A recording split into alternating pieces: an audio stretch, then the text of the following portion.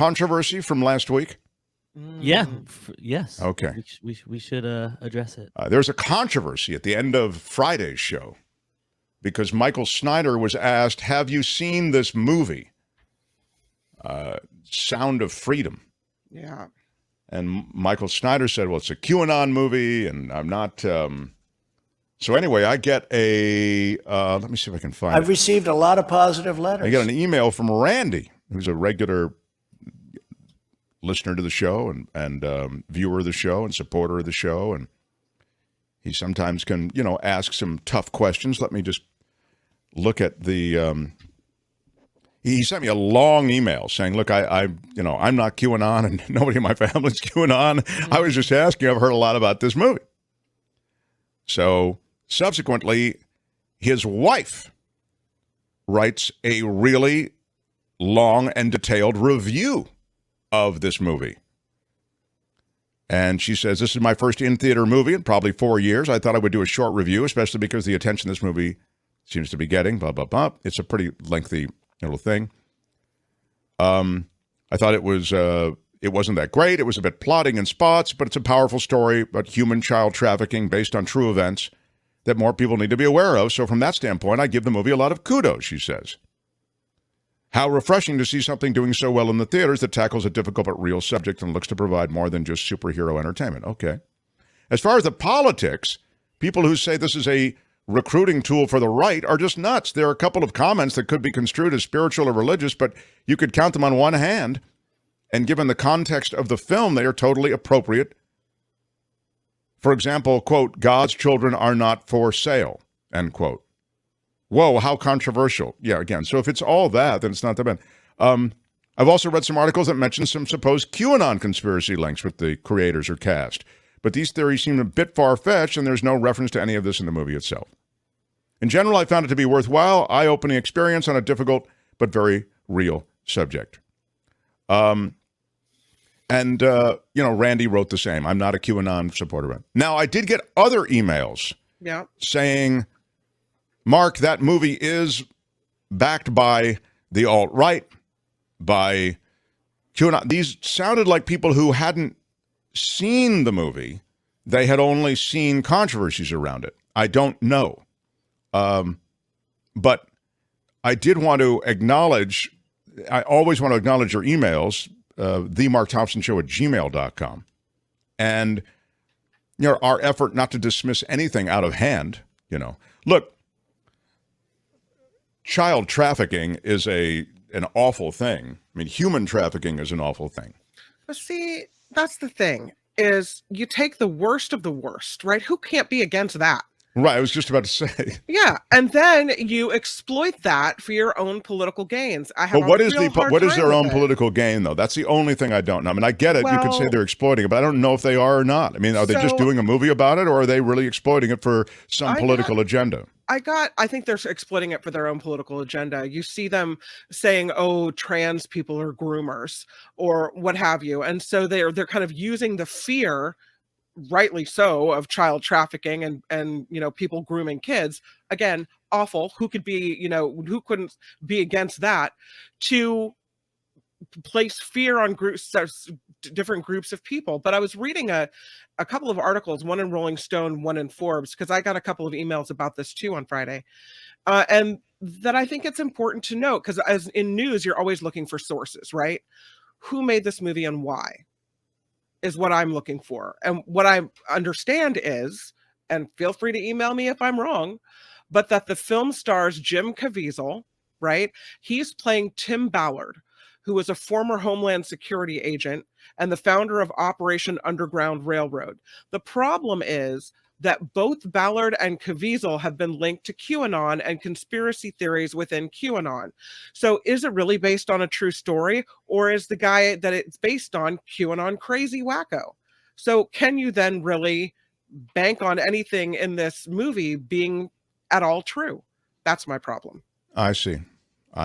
Well, they say it's based on a true story. No, I think you articulated quite well. I just don't know if the threads extend back. So this guy Ballard, is his Yeah. name, who the movie's based on. He previously suggested support for that theory, that wacky theory that furniture retailer Wayfair was selling children. Oh, I see. Right? Yeah. So this is the guy the movie's based on. Question mark. Yeah, they probably Caviezel- dry cleaned that part of his history out, I would think. Yeah. Caviezel's reportedly spoken at multiple QAnon events where he promoted one of the most bizarre Q conspiracies, this from Forbes, claiming child traffickers drain their victims' blood to develop adrenochrome, a chemical that theorists believe Hollywood elites inject to stay young.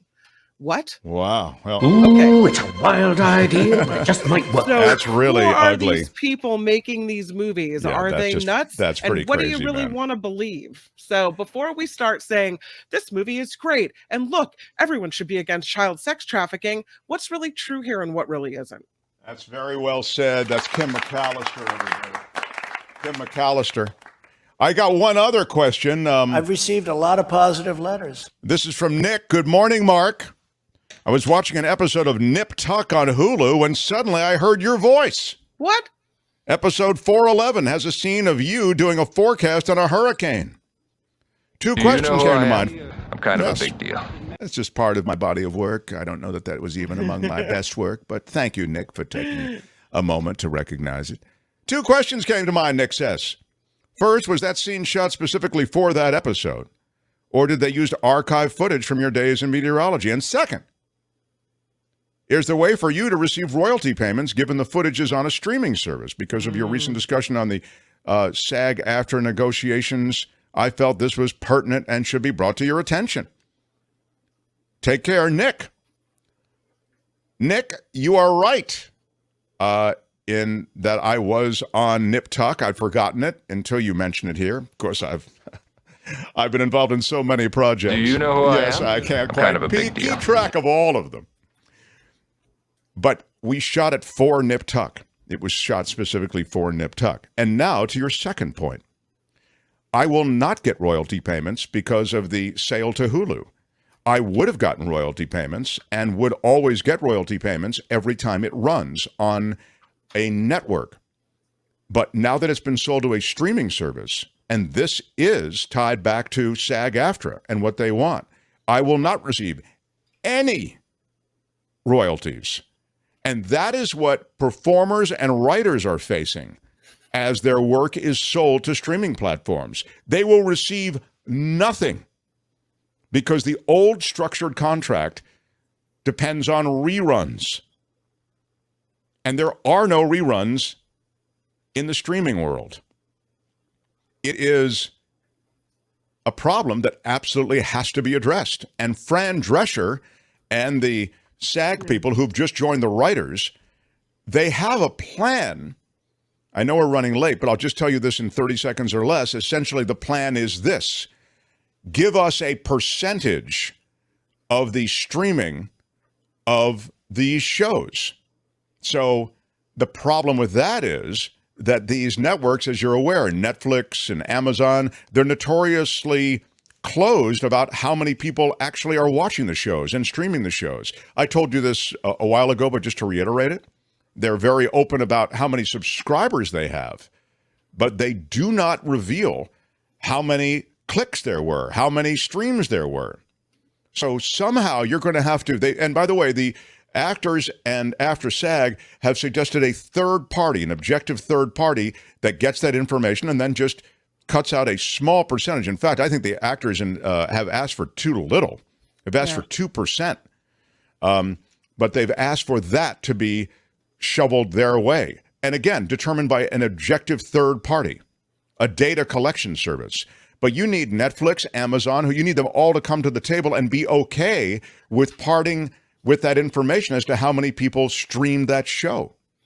That's where that sits right now. But answer, yeah, go ahead. I want to give you an example. I was reading this story on CNN this morning.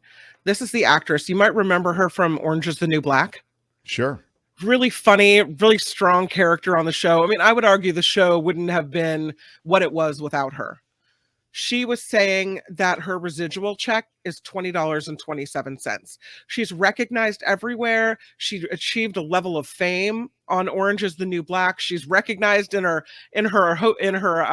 elevator of her building in New York, but she got a check for $20. Yeah.